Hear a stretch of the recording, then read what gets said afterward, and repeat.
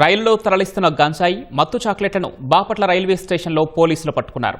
పూరి తిరుపతి రైలులో బాపట్ల చీరాల మధ్య ప్రత్యేక పోలీసు బృందాలు జాగిలాలతో తనిఖీలు చేపట్టారు.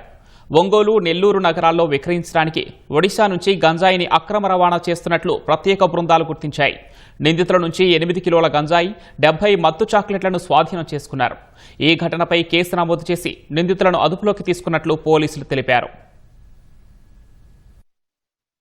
పూరి తిరుపతి ట్రైన్ ని తనిఖీ చేస్తూ ఉండగా ఒరిస్సా నుంచి వస్తున్నటువంటి తూణారెడ్డి అనే అతను, మూకెర రవికుమార్ అనే ఈస్ట్ గోదావరి అతను, తర్వాత గౌతమ్ మాలిక్ అనే ఒరిస్సా అతను వీళ్ళని తనిఖీ చేస్తే తూణారెడ్డి, మూకెర రవికుమార్ దగ్గర నుంచి 8 కేజీల గాంజా, ఈ గౌతమ్ మాలిక్ అనే అతను దగ్గర నుంచి 70 చాక్లెట్లు ఇవి ఒంగోలు, నెల్లూరులో సేల్ కోసం తీసుకెళ్తున్నారు.